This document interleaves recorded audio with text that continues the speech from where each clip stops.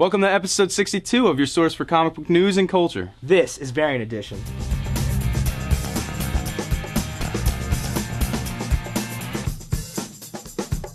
Hi, I'm Lewis.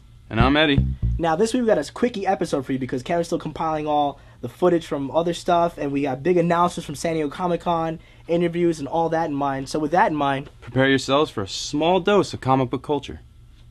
So you tired of seeing the color green, whether that be from DC or Marvel? I would highly recommend picking up Cable and Deadpool, number 43. A great issue. We've got little jabs at things. Cable's dead, for those of you who don't know, or he might be dead. Even, Deadpool does make a jab at Cable going, I'm just wondering how long before you're gonna be back, because, maybe you time travel to the future and cloned yourself, and your clone's gonna show up any day and take up where you left off. And, that's humor within the comic. You have to kind of, know the backstory a little bit, but it's still there. And you've also got some other great little characters to throw out some things, like Bob, the Hydra guy, who they liberated / were going to hold hostage, but then they realized he was a nobody, so now he's just on the team. Weird character, most enjoyable. This is what happens in the comic, basically. Deadpool is standing in front of Cable's statue, and he's kind of saying his last goodbyes, and who shows up? But Cyclops, to say goodbye to his son. For those of you who don't know, Cable may be Cyclops' son from the future. Yes, time travel is a funny, funny thing. Sometimes that happens, sometimes it doesn't. Anyway, so Cyclops is like, you gotta go and stop Wolverine from destroying this Hydra base. Well, why? Because we can't do it. Why? Because we're X-Men and you're a mercenary. Oh, good point. Okay, fine. I'm gonna take Bob, the Hydra guy, with me. So they go, and, Bob's all talking about how, I was trained, and in training we were taught to not fight Wolverine. We were supposed to run away from Wolverine. And that's funny to the point that at one point when Wolverine shows up at the end of the comic and he does his little shink, and the blades pop out, he's just like, I know that noise. We were played a recording of that noise in training. We were told to run away from that noise because Wolverine's gonna kill us. Also, you see a new villain, the Penetrator. Yep, the Penetrator. Just pick up this comic. Great read. Lots going on in it, and it's just a nice break from the whole Hulk and everything else that's going on in the world. Just a fun comic. Pick it up and read it. So it's the goddamn Batman, issue That's 6 right. of All-Star Batman and Robin. And apparently the goddamn wait is over because Jim Lee is now on schedule. So it's been about a month since the issue, so here's that review. So it wasn't as good as the last issue, but it was still good. It was, I think the last issue, what really sold it for a lot of people was just Frank Miller doing a nice JLA meeting in an alleyway and Wonder Woman just being pissed. That's always nice to see. But this one? This one was good because you got Commissioner Gordon, talking on the phone. Which is always a plus. Commenting on the goddamn Batman. The goddamn Batman. They must have said that in one page 3 or 4 times. I think he said it 6 times throughout the whole book. But I'm just saying, in one page, had it goddamn Batman. Goddamn Batman, goddamn Batman. It's the introduction of Batgirl. Which is kind of tee-hee, she's on the verge of Sweet 16 or wherever the hell Commissioner Gordon says. And it's just, I don't know, that appeal kind of lost it to me. It's just, this girl is going out doing vigilante things. It kind of, in my opinion, it kind of takes a little bit of credit away from Batman. It's but it shows how much she looks up to him. But for me, the whole thing with Batgirl and the way that they do it, like I said, it takes down Batman a notch. Because Batman is the man, in my opinion, best superhero ever, despite the fact, whether you take him as a superhero or not, he's still the man. And here it is, this 16-year-old girl thinking that she can do that. It'd be interesting if, she dies, slip, my grappling hook didn't catch, I'm dead as hell now, I'm a, blacktop pizza. They definitely have to work out her character. I thought the way they introduced her was a little weak. But... Yeah, but then again, the way they introduce a lot of things. Black Canary's intro was just, she's some slut at a bar and kicks these guys' asses. But now when she comes into this issue, it's okay, she's on that more vigilante path, going to what Black Canary's about, but the more Frank Miller way. Yeah. Beating up criminals on the docks. It was great, doing the whole little Robin Hood type thing, stealing the money from and all that jazz. But she tears them apart too, that's and some beautiful two-page spreads that Jim Lee did, where she takes the nunchuck to that guy's face. Yeah, and you see the teeth and the blood flying out. The artwork is great, and as always. Alone, pick up the comic just for the art because the story, it's still a build-up to wherever they're going, but the artwork is just enough to get it. It's amazing. And honestly, this issue is just one of the many stories that is in All-Star Batman and Robin, because there's 4 different stories going on in this thing. There's 4 plot lines going on, and they're all just kind of meshing it together. But we don't even know what's going on with Robin anymore. Robin's chilling at the Batcave eating rats. True. Which is what Batman wanted him to do. But anyway, I still think my favorite thing about this issue is just, once again, Frank Miller doing Batman. Batman's sitting up on the docks and he's talking about, like, you know, the soon-to-be rapist that he, like, beat into pain that they're going to feel for a lifetime. And then he goes into one thing about, like, oh, seeing a guy like that just makes me want to get some crippling done.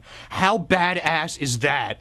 All he does is, like, take pride in bringing pain to the, like, scum of Gotham.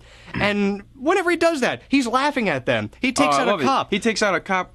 And he says... driving a cop car. He jumps down laughing again.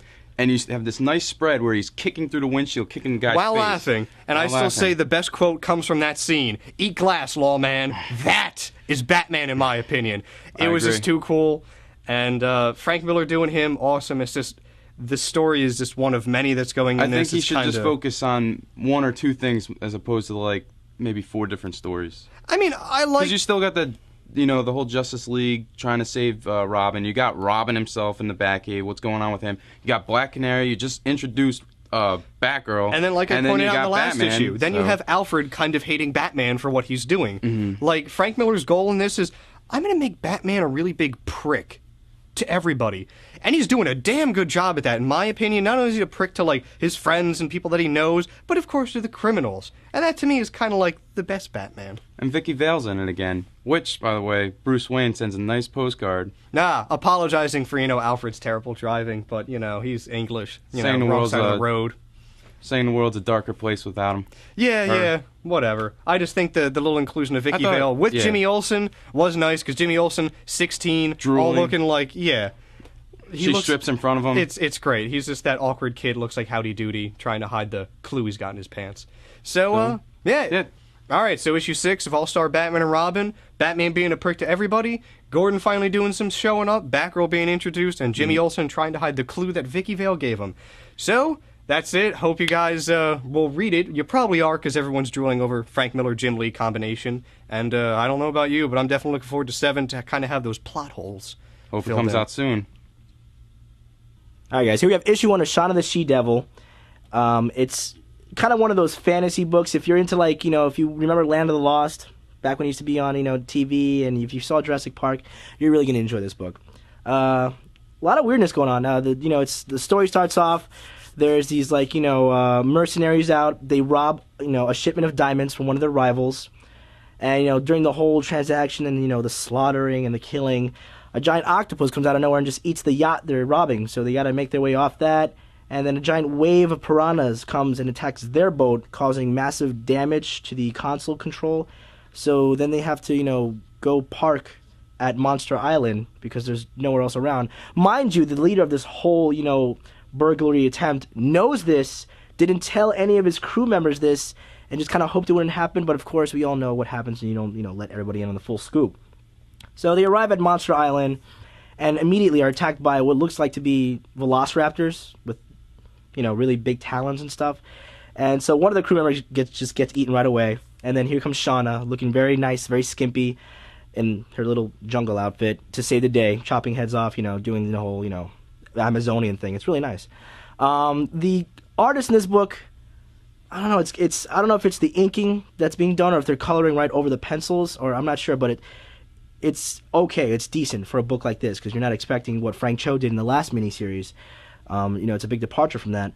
But the way they're coloring the character is really interesting. Like the way they color her hair, it's just like it looks like it's golden. It's actually glowing, and there's no inking in there. It's just the hair. So that's really nice. But other than that, art-wise, it's all right. It's acceptable for a book of that. The writing is just like almost like a really cheesy, B-list movie, kind of like Snakes on a Plane, like that. But other than that, if you're into the whole fantasy feel, dinosaurs, all kinds of weird things going around when there's, a crazy plot, this book is definitely worth a pick up. But this is one of actually the first books I can actually pass on. I might pick up the next issue just to see where it goes, but if it's your first time reading anything like this sort, you might want to pass and, try something different. Black Summer, number 1. This is Warren Ellis's new book. It's very politically controversial. Black Summer started off with 0 issue, which showed us a superhero named Horace who was... he killed the president and the vice president, some cabinet members, and he held a bloody press conference. interpretation was bad. What do you do when a superhero kind of declares war on... Okay, all right. What he said basically is that I fight the bad guys, and these guys who are doing things that I would consider bad. So I can't work for the bad guys, so I have to stop the bad guys, so I killed the president. Okay, now let's pick up on issue 1 here. We're meeting another member who was at one point in the team with Horus. Now he's got one leg, and apparently his cybernetic digital enhancement surgery things don't work anymore. And so who shows up but a guy named Frank? And Frank's important because Frank made the first of these guys who were, enhanced to fight crime. And apparently he thought he was dead. 8 years later, shows up on the doorstep. He's got another guy who's enhanced with him, and he says, he's going to kill you. He'll make it short and quick. Don't worry about it. Don't fight it. Just go with it. Hey, Vince, make this look like a break-in for me because, if you don't want to just openly kill this guy, we're going to make it look like it happened. All right. Guy's very hospitable. He's like, yeah, I gotta break the door. I'm just going to get a drink. So he's like, last request? So he's like, all right, you want your cigarettes and lighter too? Yeah, I'll take my cigarettes and lighters too. Big mistake, Vince. Oh, big mistake. Because he puts vodka in his mouth, lights up the lighter, and Hitman on flambe. And then he cracks the bottle of vodka and goes right for a low blow, as it were. And then Vince decides to attack him. He's like, you're still gonna die because I've got spiky things on my hands and I'm gonna kill you. And he's like, oh really? His cybernetic implants still work, kinda, and he pulls out a gun out of nowhere and blows Vince's head away. And then the next scene, his head's back together. So maybe that's part of how the technology worked, or it was just an artist mishap. Either way, it was fun, bloody picture, everything's good. And it turns out there's a lot more of these guys out there who have all these different enhancements to themselves to fight crime. And they've never turned them off, like this one-legged guy has. So it turns out they're all crazy. And there's going to be a lot of bad things going on, and there's going to be more hit groups out there looking for these guys.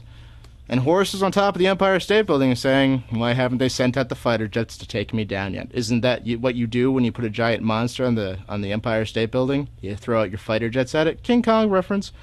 Pick up the book. Really good read. It's amazing so far. I got no complaints with it. The art's great, except for that one scene. The art's great, and the writing is perfect because it's Warren Ellis going, yeah, we live in a corrupt world, and this is what would really happen. There wouldn't be a civil war. There wouldn't be a registration. You'd have government hit teams out there taking down superheroes left and right. Pick it up. All right, issue 10 of Elephantmen. New issue that came out. It's called Unicorn because it's all about Obadiah Horn and the whole, rhinoceros, unicorn kind of thing. They're tying into the whole, myth and animal, all that jazz.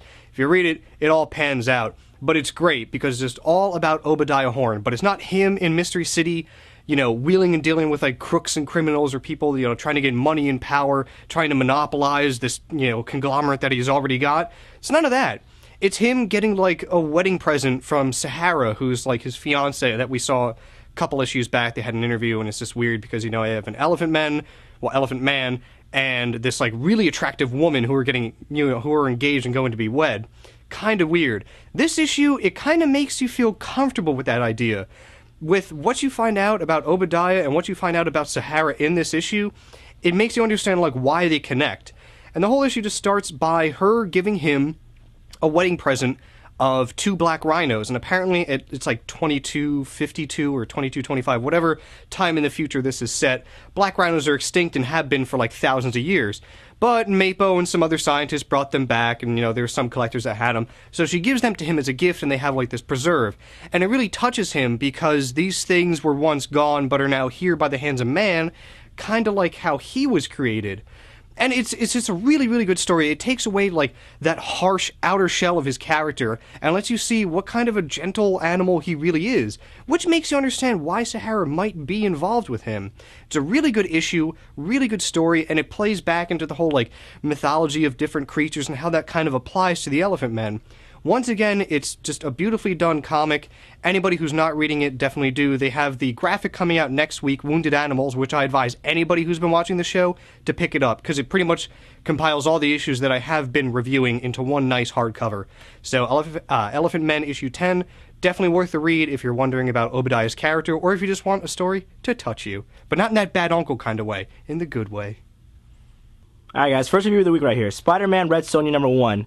Now, this is one of the more highly anticipated crossovers of the year because for all you old-school Marvel fans that do know, Red Sonja used to be published under the Marvel imprint back in the 70s, I believe.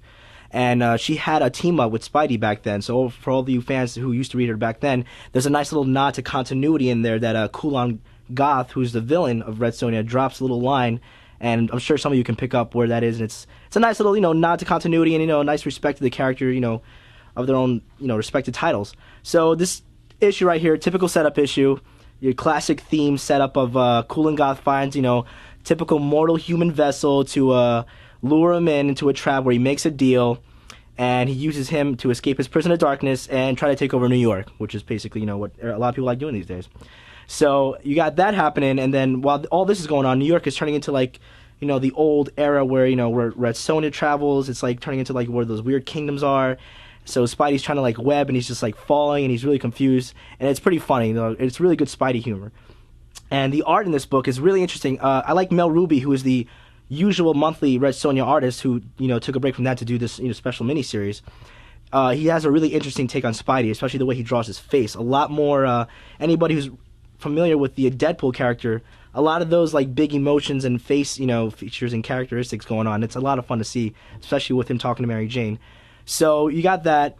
The writing by Oming is just, what is there to say? He's an industry veteran, he's a great writer, and he's meant to write these kind of old theme fashion books, with Thor, Sonja, and anything else he writes or draws. It's great. So I highly recommend this book. It's a lot of fun. It's a lot of action, great art, and, it's, again, a nice little nod to original history, Marvel back in the 70s, you see the team up, they're back together after 30-some-odd years, and it's just interesting to see two different kinds of characters go at it. You got a gladiator woman, no holds barred, all ballsy, and you got Peter Parker just very ballsy, just in a very, humorless and senseless manner. And something really interesting happens to Mary Jane at the end of this issue, so it's definitely worth a pickup if you're reading Red Sonja or Spidey, or a fan of both. New Warriors, the Initiative #3, or the Initiative New Warriors #3, depending on how you read the cover of this book. Regardless, this is what happens when I am sent emails that say I am wrong and they have powers. I start reading the comic more closely and paying more attention, and what did I discover? No one on the team has powers. I am vindicated. They are all powerless mutants using technology, hiding out in a base that used to be Arcade's Carnival of Horrors, as I like to call it, even though it's just got some other name. But whatever, Carnival of Horror sounds better. Yeah, and it turns out that most of the old New Warriors are dead, or so they think, because they think Dwayne might still be alive. I don't know who Dwayne is, because I didn't read New Warriors before this, but apparently he was on the team in a Kevlar bodysuit, and he was vaporized. But maybe not, because he's blackmailing his brother to give him money, I think.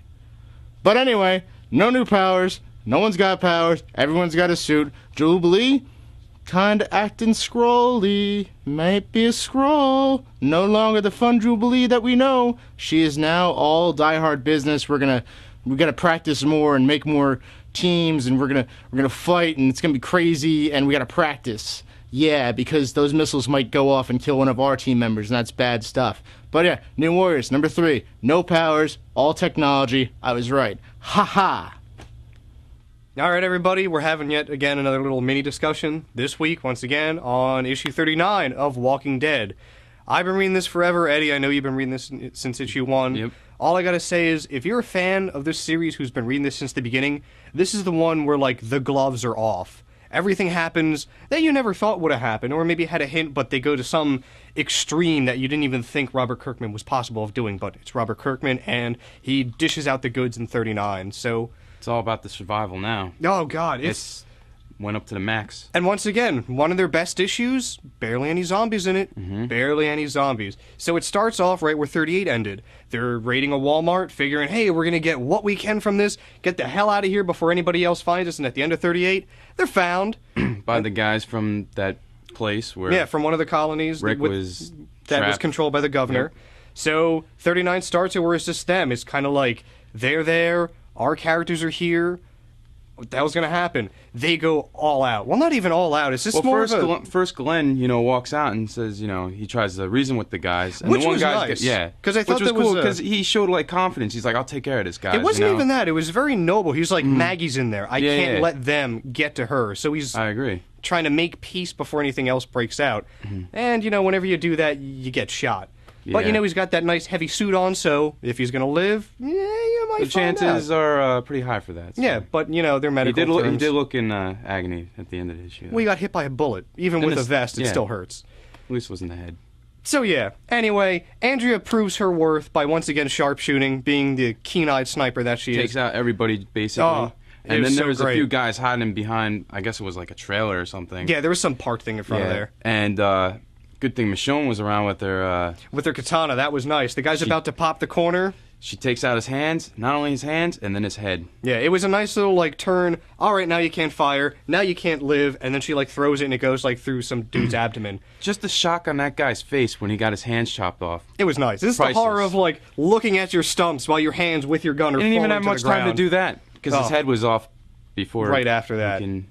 It was great. Great shot. So great art. It was nice. I thought it was cool to see Michonne go against people other than just zombies. And I mean, she was really quick with that. Lethal right there, which is, why us fans like her. Yep. Lethal.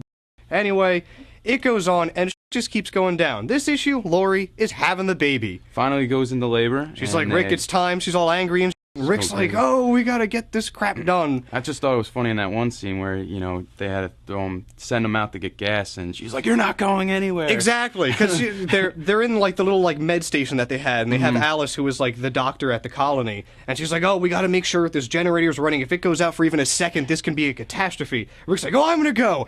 And because Rick always goes out on everything, she was like, you're not going anywhere. That. You're not going anywhere on this. My baby's coming, Yeah, so Billy takes up the job, Herschel's son. And he's kind of like, he's not the sharpest knife in the drawer, and they're all kind of, the doctor's kind of worried if he can keep it up and keep it running. Herschel's like, don't worry, he's got it. So she kind of puts the pressure on him, and he's already a spaz as it is. Oh, God, so yeah. he's running down the hallway, and he's freaking out, and then he runs into Dale, and he asks Dale to help him. And of course it's Dale. He's always going to help. And it's just those two trying to get gas from whatever they can, the gas that they have in the prison. So they go out into the parking lot looking for cars. What's in the parking lot? Zombies. So we got two people not really concentrating on zombies, looking more for gas. And it's dusk. Oh, God. Zombies, they love that dusk. That's the whole reason why they got to keep the generator running, is because it's nighttime and, things screw up. So this story is just going so well. We didn't even give away, I don't know. Big shocker, and two shockers in this one. Not even. Just the whole issue, like I said, if you've been reading this story since the beginning, the whole series of Walking Dead, this is the issue where the gloves are off. All your characters are being thrown into these situations that they can't help, and they just have to deal with them. Kind of like how they've been doing the entire time, but this is really dire. And it's to the point where, like, lives are on the line. It's cliffhanger after cliffhanger. So good. Everybody, check out Walking Dead 39. We liked it. You should too. And if you've been reading the series, I'm telling you, this is the one you've been waiting for. Silver Surfer Requiem, number 3 of 4. For those of you not reading comics, Silver Surfer's dying. Quickly. There's nothing anybody on the planet Earth can do for him. And he's kind of just, he checks out the world and what he's going to leave behind, this place that he's called home for a while before he decides to head to the stars and go back to his home world. And who stops him but Dr. Adam Strange? Why? Well, to give him a flame. Yeah, that sounds bad, but no, he gives him this flame that actually holds all of the memories from before Silver Surfer showed up to what happened after Silver Surfer showed up. The whole stopping of Galactus is the center point here. And it's just kind of like saying, this is going to be attuned to you, you'll never be without this, and you will know all the good that you are dying for. And we appreciate it a lot. Here's a flame. I would prefer a golden medal or something, but hey, I'm not the Silver Surfer.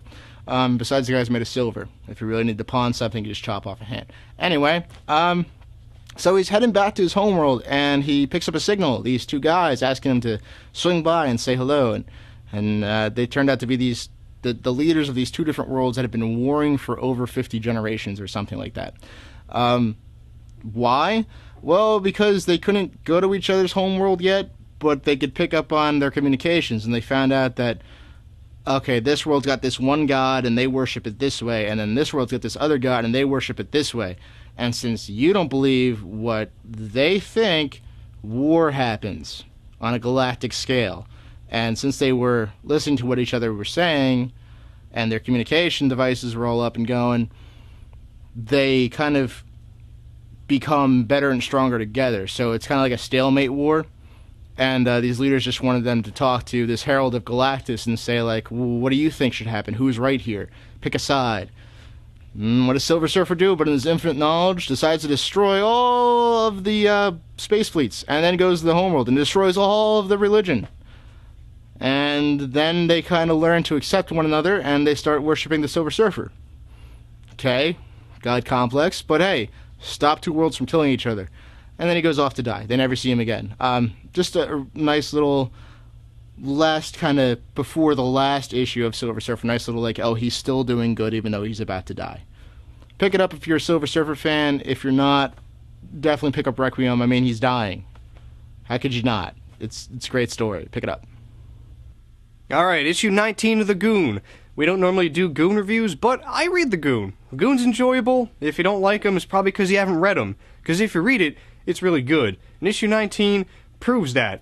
It's Eric Powell has this great way of writing stories. It's not anything that you have to devote yourself to or be like, oh man, there was this thing that happened X amount of issues ago. No, it's just like funny, violent, and to an extent offensive in some issues. But a majority of it is just good, clean fun. You got a big mean guy taking care of either zombies brought upon the town by the zombie priest, or in this issue, what they call chugs, which are like this new thing that the zombie priest made a few issues back. And they told this car the last issue, so the Goon's still kind of raw about that, so he goes to town on him with, a big axe, and it's just great. I seriously love this comic. If there's anybody out there looking for something that's just like giggles, a laugh every page, and just really a throwback to things when stuff wasn't so complicated. It's in like a 1930s noir kind of setting. They have their normal town, their normal pub, they have like old school cars, old school fashion style. It's great. And the characters, the Goon and Frankie is kind of like Bugsy and Muggsy. There's the big tough guy, and there's the little loudmouth, who wouldn't be a loudmouth without the Goon. It's such a great book, so if you're looking around and you're like, I don't know what you get, and you see this cover with this really nicely done brain, multi-eyed, tentacle beastie getting the crap beaten out of him by the Goon, and you don't want to pick that up, there's something wrong with you. But if you do pick it up, good choice, because the Goon is definitely a smooth read. So this is a new bit that we're going to be doing in the show. It's called, we don't really have a name for it yet, but basically what it's about is we'll read you an excerpt from a comic, and this week it's Cable and Deadpool number 43. And I've just kind of named it the Speech of the Penetrator. Ladies and gentlemen, except for the fact that there are no ladies here, which really you guys should do something about, may I present to you a device that will allow you to attack whomever you want, whenever you want, pretty as you please. May I present to you the Penetrator. What? The Penetrator? Yeah, what? It seems, I don't know, provocative in an almost gratuitous fashion. What? We're going to use the Penetrator to penetrate the warm, comfortable walls of Mother Earth. This machine will ram home our agenda. We all will know Hydra has thrust themselves into the very womb of civilization. What's gratuitous about that? Hail Hydra. Alright guys, next review for the week, issue 2 of Thor. Now, the first couple issues of this series, they're really important because it's the foundation of the character. They're reestablishing Thor back in the current Marvel continuity, where he stands in the universe post-Civil War, post-House of M. But that's going to come later on. But the great thing about this issue is we see Thor / Donald Blake reassimilating into civilian mortal life. It's a lot of fun. You see a nice, softer side to the character. It's just nice. You get to see a different side of the character, even though it's his mortal side. Kind of like the whole Superman vibe going on. So the great part of this issue is it's the return of Asgard, where Donald Blake had come up to Thor and he said, where there's Thor, there's Asgard. And you have to make the mortals believe in order for everything to come back. So with that in mind, Thor buys out this huge mass of land, like right across the street from like the local diner, and starts to conjure up like a storm of biblical proportions with Mjolnir. And it's really nice to see. So he's able to resurrect Asgard from the ground up. So it's on the ground. He makes it start floating because the cops come by. They're like, "You really can't have this here." He's like, "Fine," and he just makes it float, which is really funny. And the cops just run away. So another funny part of the book was the owner of the land comes, and he's just like, this is my property, if we can work out a deal. And Thor just walks him into, the treasure room, and he's like, take what you want, I just want to be left alone. So this issue is a lot of fun to read. You know, the establishment of Asgard, but there's no one in it. It's being occupied by no one because of the last Ragnarok storyline. There's no one around anymore. The gods don't exist. So with that in mind, Thor is out to go awaken what he believes are Valkyrie, all his friends that are like. It has the whole Eternals theme going on where. How Icaro had to go out and awaken all the Eternals from their human mortal form and bring them back to Asgard in order to go back to their original selves. So it's kind of got that theme, kind of cheesy, not really cheesy, but not that original, but still interesting. So this book is definitely worth a read. The art is just so delicious. The way Olivier Coipel just draws Thor is just great, very masculine, big, not too much detail in the muscle, but it's great. And Straczynski. All I have to say is Straczynski. Thor, definitely worth a pickup, and I can't wait to see what they do with them. The next issue is a little duo with Iron Man, so I can't wait to see what happens there.